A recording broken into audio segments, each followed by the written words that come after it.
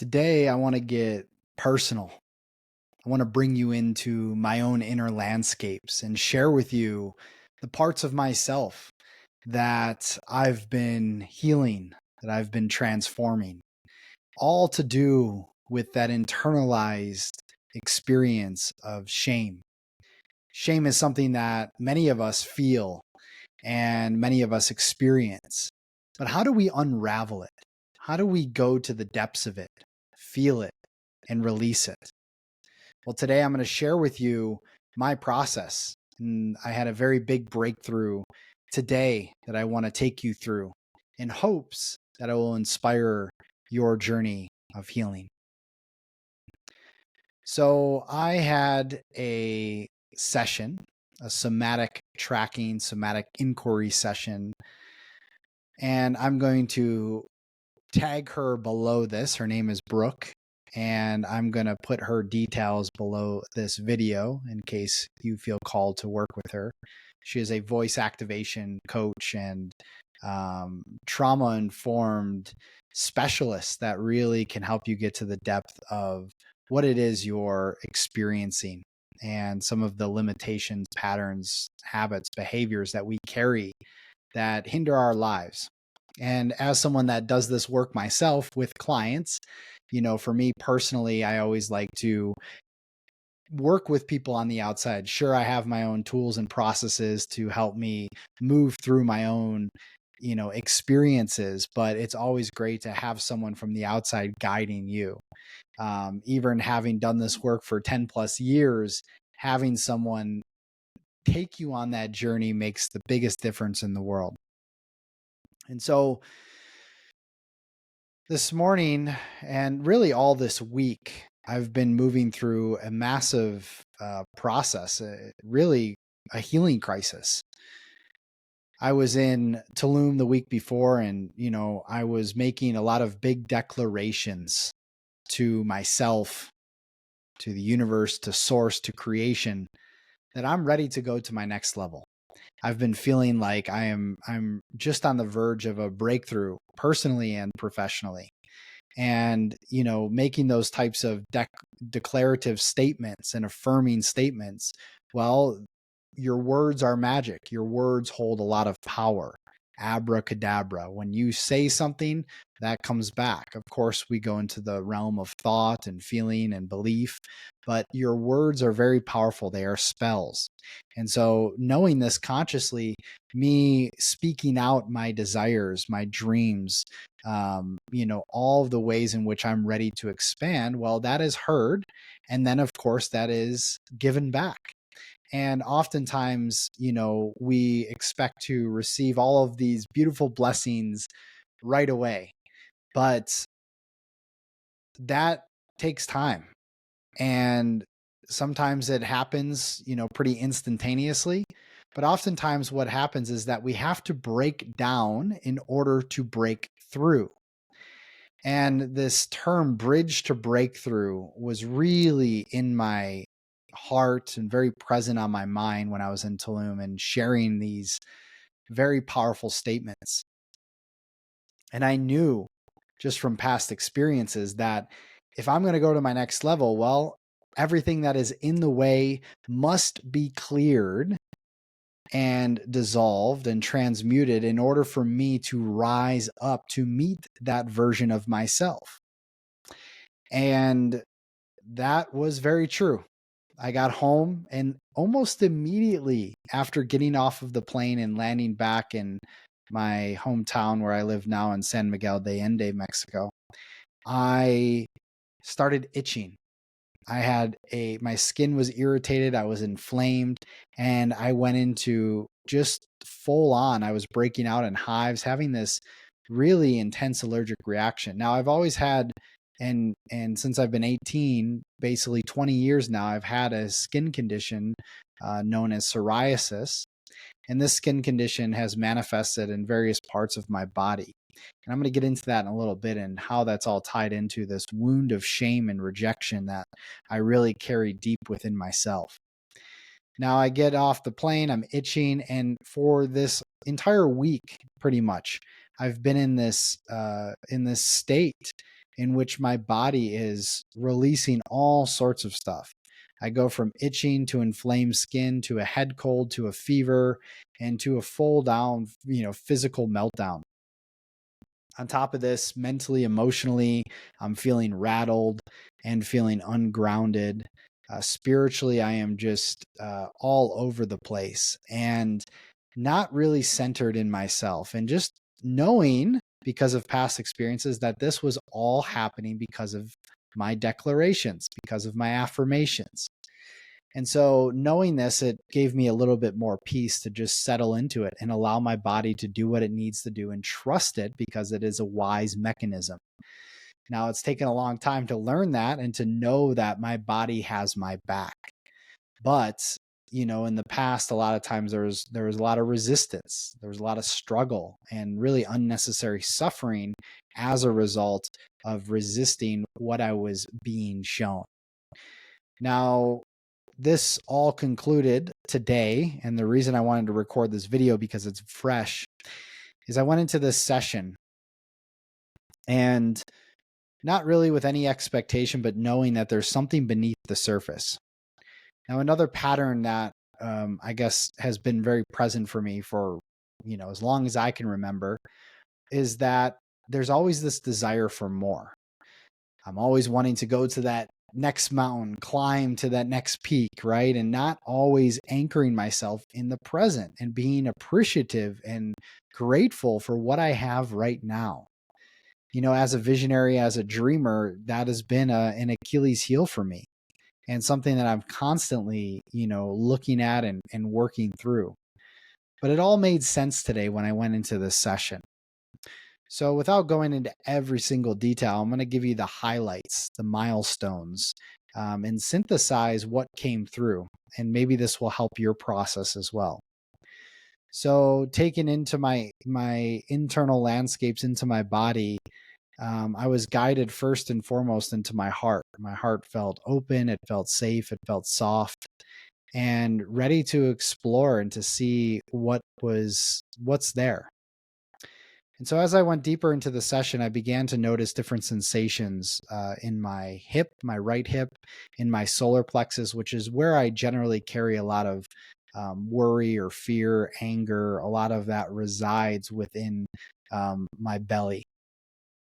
And so I'm taken into all these places and I discover that, there's these two parts of myself, right? And this is classic parts work, inner child work, and, a lot of stuff that I do with my clients and taking them on these journeys first into their bodies and then into these different parts. And so these two parts showed up, and these parts were, one was this authority, leader, speaker, taking up space. It was a motivational force of energy that was claiming its role and claiming its power. And this is, part of myself, right? As someone that does, group engagements and speaking and all that, there's desires to go to bigger stages and do bigger things.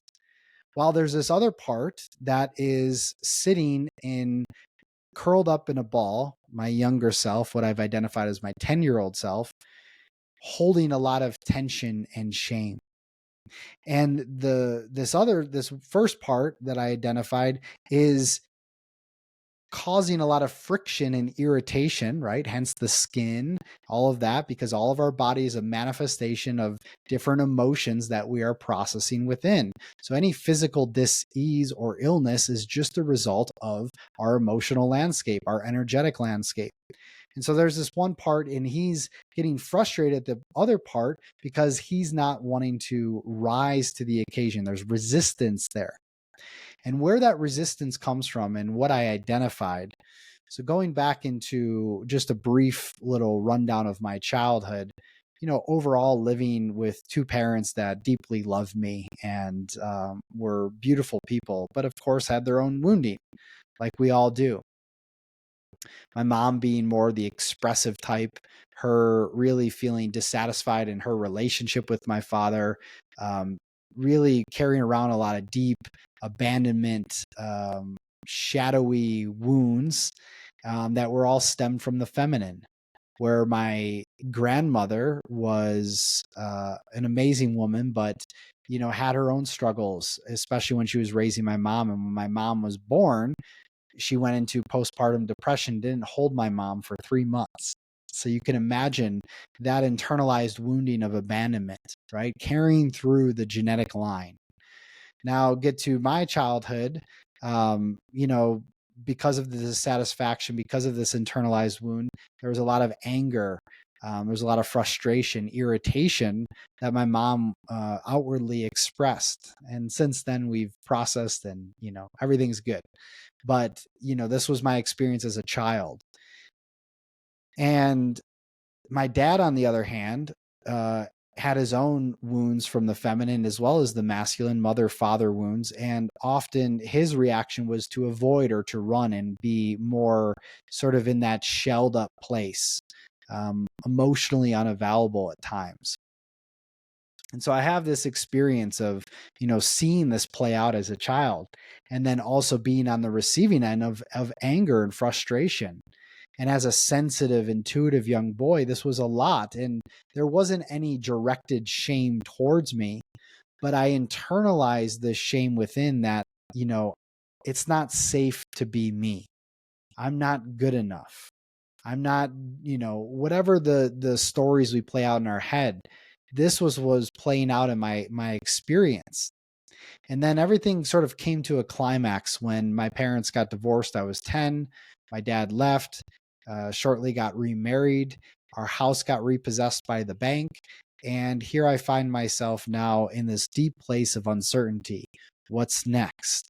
How are we going to survive? My mom ends up working a few jobs to support me and my sister, right? And so there's a lot of internal wounding that's happening as a result of these external circumstances. And this really created an internal condition in which I began to develop a lot of distrust. And this then led to a relationship, one of my first major relationships when I was 18 years old. And this person that I was with, this girl, she had her own wounding, and her expression was also from the lens of, anger, frustration, irritation. There was a lot of emotional abuse in this relationship. So now I have these two experiences, one when I'm a child up until, 10, 11, 12, to when I'm 18 and I have this relationship. And there's the alignment of this sort of angry feminine. And so right after that relationship, I developed a skin condition, which I mentioned earlier, called psoriasis. These red, scaly, dry marks on my skin. First, they began on my elbows.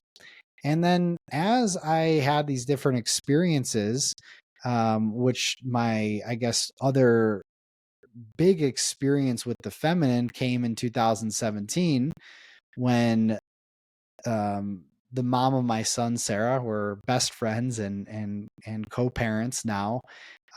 She had, confessed to me that she was in love with someone else. And you could imagine my inner child at that time. We had just got married a couple years before, and all of this starts coming to the surface. And, I went into avoidance. I went into a place in which I felt rejected. And it was a really massive experience. All of these experiences culminating together, plus, of course, life itself, created this circumstance in which I was developing these barriers from the outside world. So if we look at the skin, right, as it's a barrier from the outside world to our internal world. And so I was putting up this shield on my skin. So it started on my elbows, moved down my legs, my hips, and it started to manifest in all these different places. And of course, there was a lot of accumulation of stress. And so this is just building up. And I started getting marks on my face. And as a result of that, I felt a lot of shame. I didn't want to be looked at. I didn't want to be seen.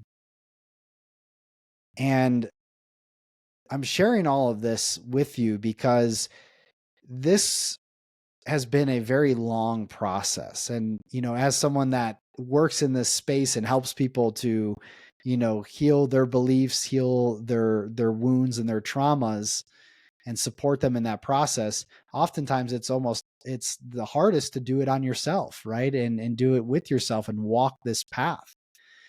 And finally, all of the answers came flooding in, not only through my psyche and understanding the web that has been woven, but within my body, to feel the release of energy and to trace it back to these key experiences, and that I no longer have to carry this protection mechanism, that I am safe. And a way to create that safety, for me personally, it's being in nature, it's playing, right? And that was a huge theme of reinvigorating play, bringing play back into my life. Well, I was a big athlete growing up, so going and picking up a basketball. So I picked up a basketball today, going to play golf, and just bringing that part of me and infusing it then with this other part that is that motivational force that desires to express fully and to merge that leader with that joy, and to bring that heart-centered expression to the forefront. And this was a massive unlock, because the one part wants to go this way, the other part just curling up. So it's about bringing them together to come to an agreement on how they can work together. So it's that balance of the masculine and the feminine, the action, the leadership, the achievement, and moving to these great levels, on the external plane, as well as merging that with the feminine of play, of creativity, of intuition, and bringing those worlds together where they're harmonized and balanced. But it's almost impossible to do that when we are stuck in shame or guilt or rejection or abandonment or betrayal. All of these are core wounds, and core wounds manifest in many different ways.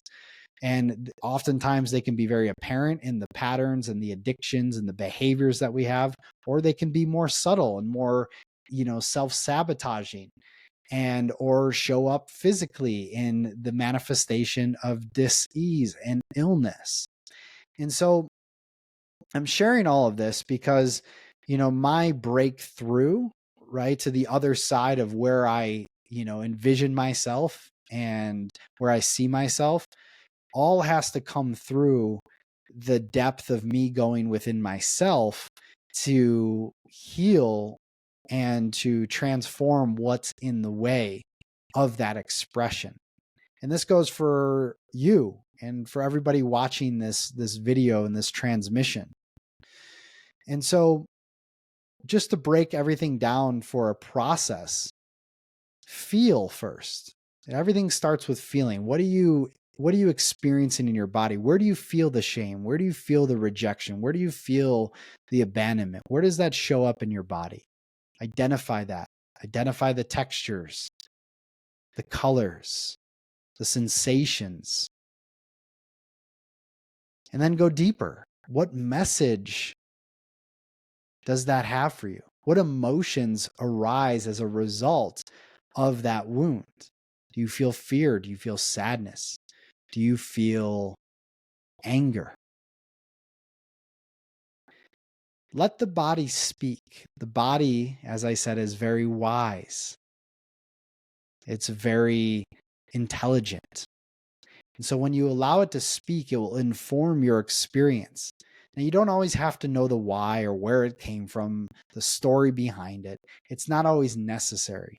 It's more so going into the feeling of it and allowing that to bring you into the depth of where the imprint is, and allow that to just be released. The breath, the voice, both wonderful mechanisms for release. And so for me personally, this was a grand experience because it really liberates this desire and getting down to my why. Why am I doing what I'm doing? And that's key for all of us to discover that why. For me, it's impact. For me, it's service. For me, it's altruism. It's giving from that place of the heart and seeing people light up to watch and witness another experience their potential, to experience their light, to experience their own wisdom, to experience their purpose, to experience joy. It's why I do what I do, whether that's working one-on-one or speaking or group facilitation. To watch people transform and to heal is one of the most miraculous things. And so I am so grateful to be walking this path. I'm honored to be here, to be alive, to be anchored in my service and my mission, and to support all of you on your journey of self-discovery as we walk each other home, as Ram Dass says. And that's exactly what we're all doing. We are all students. We are all teachers. Thank you for your time, for your energy. If you like this video, be sure to subscribe to my channel. I'm intending to really bring forth more transmissions, more teachings, more experiences, and allowing you to dive deep into yourself, and just so happy to be here. So if you like this, give it a thumbs up, subscribe, and I will see you soon. Much love and positive energy. Peace.